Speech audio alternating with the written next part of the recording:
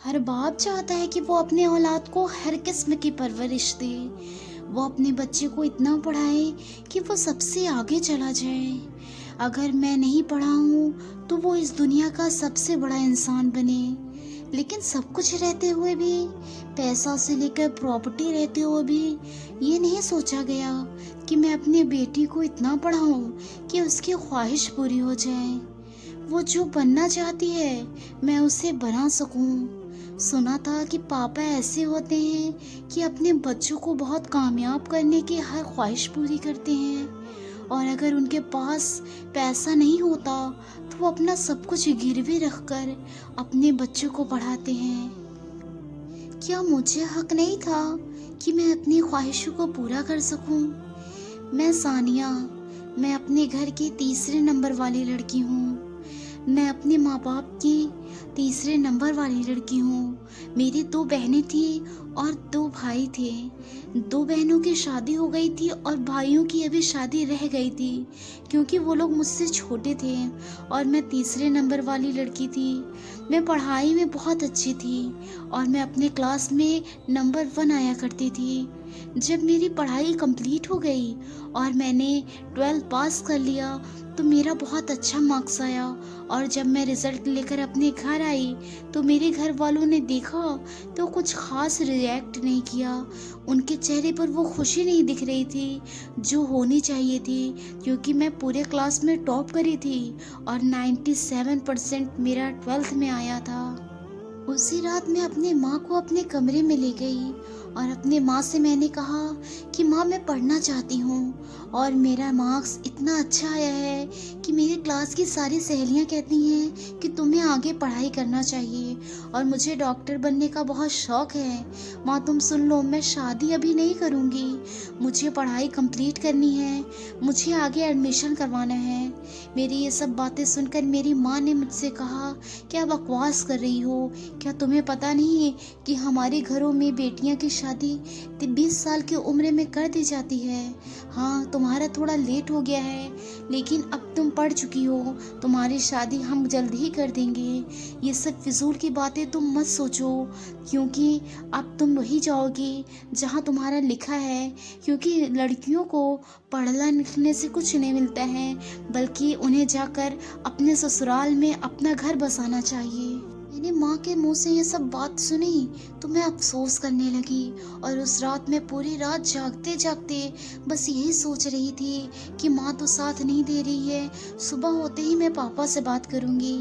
जब दूसरे दिन सुबह हुई और मैं अपने पापा के पास गई तो वो चाय पी रहे थे, और मैंने उनसे कहा कि पापा, मुझे आपसे कुछ बात करनी है। उन्होंने कहा, हाँ बेटा, करो। मैंने उनसे कहा, पापा, मुझे और पढ़ना है, मैं डॉक्टर बनना चाहती हूँ। मुझे बहुत ख्वाहिश है कि मैं बड़ी होकर डॉक्टर बनूँ और इस शहर की सबसे फेमस डॉक्टर बनूं। मेरे पापा ने ये सब बात सुने तो उन्होंने चाय का कप नीचे रख दिया और ज़ोर से रखते हुए मुझसे कहा कि तुम ये क्या कह रही हो? क्या तुम्हें पता नहीं है कि हमारे यहाँ लड़कियों की इतनी इजाज़त नहीं मिलती? मैंने कहा, पापा, लेकिन ख्वाहिश तो है ना, मेरा इतना अच्छा मार्क्स आया है, मुझे आगे पढ़ने की बहुत ख्वाहिश है, प्लीज़ मुझे आगे पढ़ा दीजिए। मेरे इतने कहने के बावजूद भी मेरे घर वालों ने मेरा साथ नहीं दिया और फिर 1 हफ्ते के अंदर ही मेरी शादी लगा दी। जिस लड़के से शादी लगाया था उसका भी कुछ खास काम नहीं था, उसके कपड़े की दुकान थी। वो लोग बहुत सिंपल से लोग थे, जो कि मेरी ख्वाहिश बहुत ऊंची थी।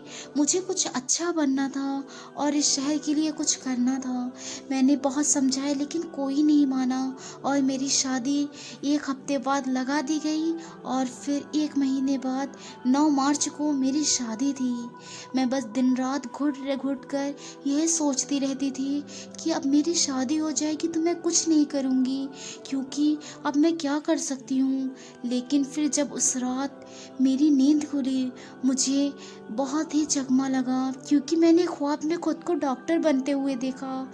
मुझे इतनी खुशी थी, लेकिन जब मैं उठी ख्वाब से तो मैंने देखा कि मैं उसी बेड पर लेटी हूँ और मेरी आँख से आंसू गिर रहे हैं।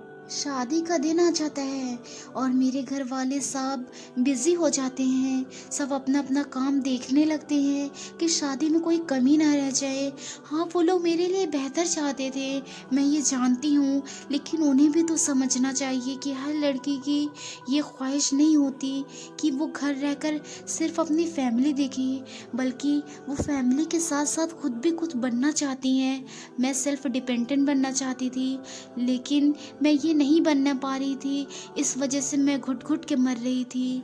मैं उस दिन फैसला कर ली कि मुझे अब ये शहर छोड़कर जाना होगा या फिर ये घर छोड़कर जाना होगा।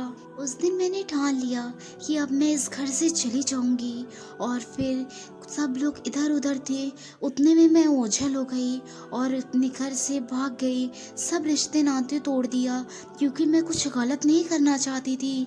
मुझे पता था कि मुझे क्या करना है।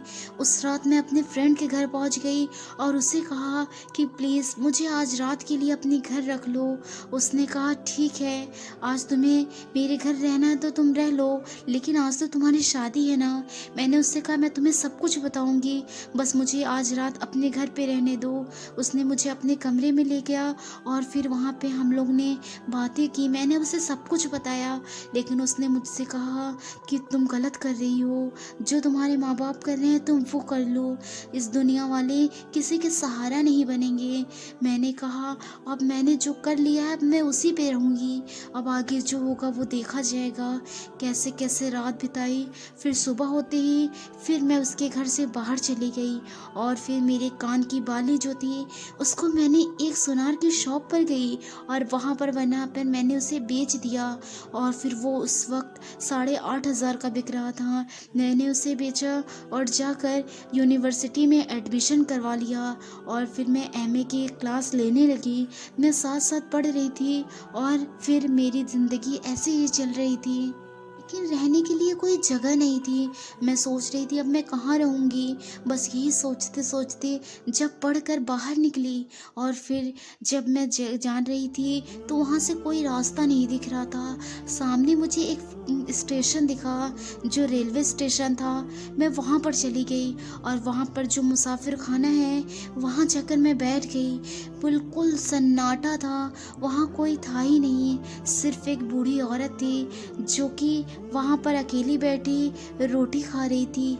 वो मुझे देखी और मुझसे पूछा कि तुम कौन हो बेटा और यहाँ पर इस वक्त क्यों आई हूँ, क्योंकि रात के 11 बज रहे थे। मैं ठोकर खाते खाते वहाँ पहुँची थी।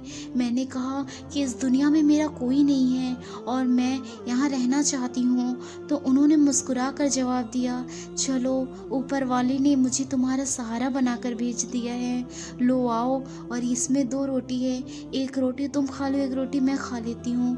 मैंने उनकी जब ये सब बातें सुनी तो मेरी आँख से आंसू गिर गया और मुझे बहुत अफसोस हुआ कि इस दुनिया में ऐसे लोग भी हैं जिनके लिए कोई कुछ नहीं कर रहा है। मैं उनसे रोटी ले ली और फिर मैं सो गई और सुबह होते ही मैं जब अपना पर्स उठाई और फिर जाने लगी कॉलेज की तरफ तो उन्होंने मुझे रोका और कहा तुम कहाँ जा रही हो। मैंने कहा कि मैं पढ़ने जा रही हूँ, मुझे पढ़ने का बहुत शौक है इसलिए मैंने एडमिशन करवाया है। उन्होंने मुझे शाबाशी दी और कहा बहुत अच्छा बेटा, तुम पढ़ाई करो लेकिन शाम को तुम फिर इस जगह आ जाना क्योंकि मैं तुम्हारे लिए खाना ला कर रखूँगी, हम दोनों प्यार से एक साथ बैठकर खाएंगे। जब मैंने उनकी ये सब बात सुनी तो मैंने कहा ठीक है मैं ज़रूर आऊँगी। फिर मैं चली गई और कॉलेज में पढ़ने लगी। रोज़ का यही हो गया था, सुबह जाना और शाम को आना।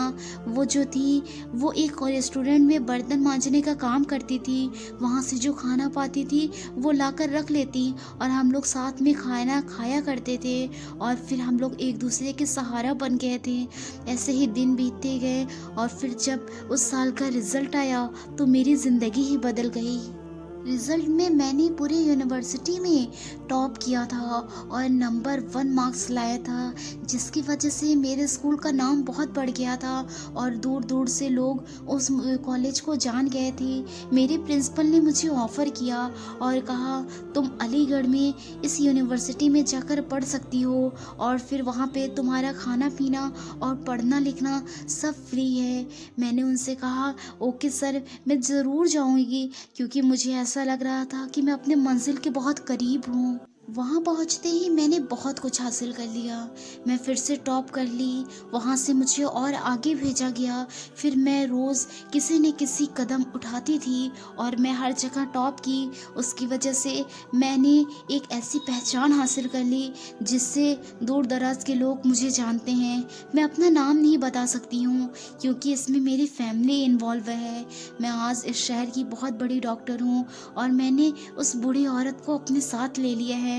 मैं और वो एक साथ रहते हैं और मैं अपनी ज़िंदगी से बहुत खुश हूँ। बस यही कहना चाहती हूँ कि मेहनत करो, मेहनत के पीछे कामयाबी है और ज़रूर एक दिन हर मेहनत करने वाला अपनी मंजिल को पालेगा, क्योंकि जो पीछे हट गया वो इस दुनिया से सट गया। आज मैं जहाँ भी हूँ अपने बलबूते पे हूँ और मैं बस यही चाहती हूँ कि हर लड़की अपने काम करे और कुछ न कुछ बन जाए ज़रूर, क्योंकि इस दुनिया में अकेले रहना ज़रूरी है, लेकिन हाँ, खुद का पहचान बनाना उससे भी ज़्यादा ज़रूरी है।